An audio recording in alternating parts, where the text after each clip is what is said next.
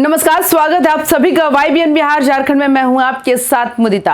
आज हम बात करेंगे बिहार विधानसभा चुनाव 2025 की, जो इस बार सिर्फ एक चुनाव नहीं बल्कि एक गहरी राजनीतिक जंग साबित हुआ। इसमें गठबंधनों की रणनीतियां, दलों के बीच अविश्वास, नेताओं का कद, नई पार्टियों की दखल और पुराने खिलाड़ी की वापसी जैसी कई परतें शामिल रही। इस वीडियो में हम उन टर्निंग पॉइंट्स का विश्लेषण करेंगे जिन्होंने इस चुनाव को पूरी तरह प्रभावित किया। ये वही मोड़ है जिन्होंने चुनावी हवा का रुख तय किया और अंतिम परिणामों पर गहरा असर छोड़ा। तो चलिए शुरू करते हैं बिहार चुनाव के बड़े बड़े मोड़ों यानी ट्विस्ट की कहानी। सबसे पहले बात करते हैं महागठबंधन की। इसमें असमन्वय और अविश्वास कूट कूट कर भरा हुआ था और इसी ने पूरा खेल बिगाड़ दिया। बिहार के 2025 विधानसभा चुनाव का सबसे बड़ा मोड़ महागठबंधन की अंदरूनी खींचतान रही। चुनाव की शुरुआत से ही एकता केवल मंचों पर दिखाई दी, जमीन पर इसका कोई स्थायी असर ही नहीं दिखा। सीटों का बंटवारा आखिर तक अटका रहा। महागठबंधन सीटों के बंटवारे में इस कदर उलझा कि नामांकन शुरू होने तक बंटवारा नहीं हुआ।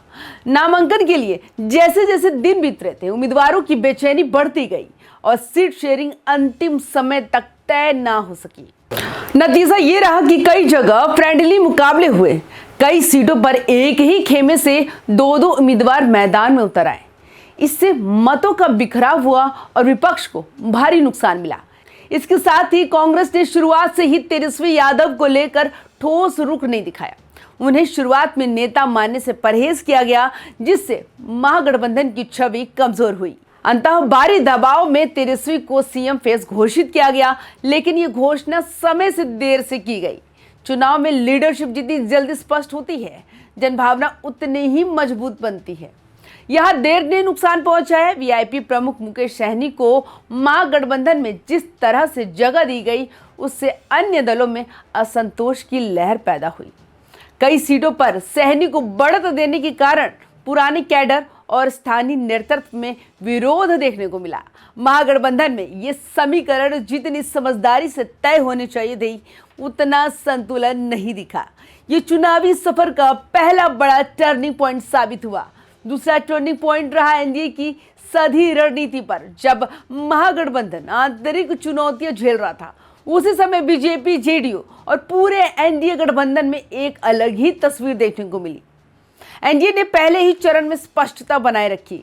आरजेडी कांग्रेस की तरह रस्साकशी की कोई खबर ही सामने नहीं आई। बीजेपी और जेडीयू ने सीटों के बंटवारे को शांत और संगठित ढंग से निपटाया।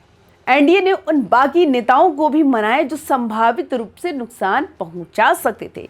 कई सीटों पर समझौते हुए और व्यक्तिगत महत्वाकांक्षाओं को संतुलित किया गया।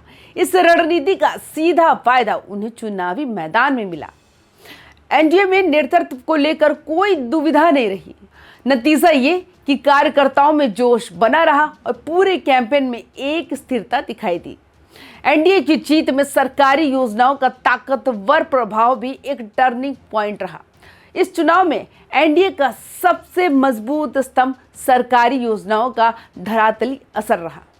बिहार में पहले भी लाभार्थी राजनीति देखी गई, लेकिन इस बार इसके प्रभाव को कई गुना बड़ा माना गया।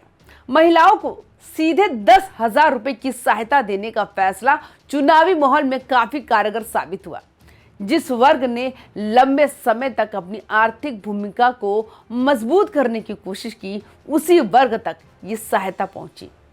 इससे वोट का झुकाव साफ दिखा। बिहार में बिजली पहले ही राजनीतिक चर्चा का केंद्र रहा।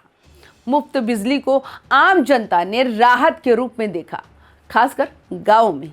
ये घोषणा एनडीए के पक्ष में माहौल बनाने वाली प्रमुख वजहों में शामिल रही। पेंशन बढ़ोतरी ने वृद्धों, विधवाओं और दिव्यांगों के वर्ग में सकारात्मक भाव पैदा किए। इन योजनाओं ने चुनाव के अंतिम चरण तक एनडीए का जनाधार मजबूत रखा और ये टर्निंग पॉइंट निर्णायक रहा। एनडीए को सत्ता से रोकने में विपक्ष कमजोर रहा। इसमें एक टर्निंग पॉइंट जन स्वराज की कमजोर पड़ती गति भी रही। बड़ी शुरुआत थी, लेकिन अंतिम दौर में ठहराव नजर आया।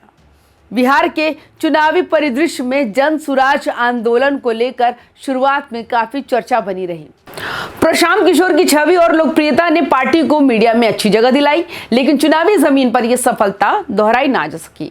जनसुराज उम्मीदवारों की प्रोफाइल मजबूत थी, लेकिन टिकट वितरण में इतनी देरी हुई कि कई क्षेत्रों में माहौल पर पकड़ कमजोर पड़ी। समय पर उम्मीदवार घोषित ना होने से वो स्थानीय नेटवर्क नहीं बना पाए, जो चुनावों में असर भूमिका निभाता है। जैसे जैसे चुनाव आगे बढ़े, जनसुराज का प्रभाव कम होता गया। शुरुआती जोश अभियान के आखिरी दौर में दिखाई नहीं दिया। इस शांत पड़ाव ने कई सीटों पर उसके प्रभाव को सीमित कर दिया। प्रशांत किशोर का चुनाव नहीं लड़ना भी एक बड़ा टर्निंग पॉइंट रहा। जनता में ये सवाल लगातार मौजूद रहा कि जब पार्टी इतनी तेजी से बढ़ रही है तो उसके प्रमुख चेहरे मैदान में क्यों नहीं। उनके नहीं लड़ने से पार्टी को गंभीरता पर सवाल उठे और इसका नुकसान वोट प्रतिशत में नजर आया। जनसुराज के उम्मीदवारों का कद बड़ा था, लेकिन स्थानीय लोकप्रियता कम थी। ये विरोधाभास पूरे चुनाव में बना रहा। उम्मीदवार पढ़े लिखे, उच्च प्रोफाइल और मजबूत बायो वाले थे, लेकिन स्थानीय जनसंपर्क में उतनी पकड़ नहीं थी। इस वजह से जनसुराज का प्रभाव क्षेत्रीय स्तर पर उस ऊंचाई तक नहीं पहुंच सका जिसकी उम्मीद की जा रही थी। बिहार में एआईएमआईएम की बढ़ती पैठ महागठबंधन के लिए दोहरी चुनौती रही। बिहार विधानसभा चुनाव 2025 का आखिरी और बहुत अहम मोड़ एआईएमआईएम की भूमिका रही। आरजेडी और कांग्रेस मिलकर भी एआईएमआईएम की बढ़ती पैठ को सीमित नहीं कर पाए। कई सीटों पर महागठबंधन को उम्मीद थी कि मुस्लिम मत एकजुट होकर आएंगे, लेकिन एआईएमआईएम ने इस समीकरण को ही पूरी तरह बदल दिया। एआईएमआईएम ने न सिर्फ अपनी सीटें जीती, बल्कि कई सीटों पर महागठबंधन के मत काटे, जिससे जीत हार का अंतर बदल गया। इसका सीधा लाभ एनडीए को मिला। एक तरफ एआईएमआईएम ने अपनी सीटें मजबूत की और दूसरी तरफ आरजेडी कांग्रेस के पारंपरिक मतों को विभाजित किया। ये चुनावी मैदान का अंतिम और निर्णायक टर्निंग पॉइंट था। इन सभी टर्निंग पॉइंट्स ने मिलकर बिहार चुनाव 2025 का पूरा स्वरूप तय किया। महागठबंधन की खामियां, एनडीए की संगठित रणनीति, सरकारी योजनाओं की गहरी पहुंच, जनसुराज की कमजोर होती पकड़ और एआईएमआईएम की बढ़ती दखल, ये पांचों स्तंभ इस चुनाव की असली कहानी बनकर सामने आए। बिहार की राजनीति हमेशा दिलचस्प रही है, लेकिन इस बार समीकरण पहले से अधिक उलझे हुए थे। इन मोड़ों ने यह साबित कर दिया, चुनाव सिर्फ नारों का खेल नहीं, बल्कि रणनीति, भरोसा और जमीनी पकड़ का मेल है। तो आपको क्या लगता है? आपको हमारी ये वीडियो कैसी लगी? आप हमें कमेंट्स करके जरूर बताएं। तमाम खबरों के लिए YBN बिहार झारखंड को सब्सक्राइब करना ना भूलें। नमस्कार।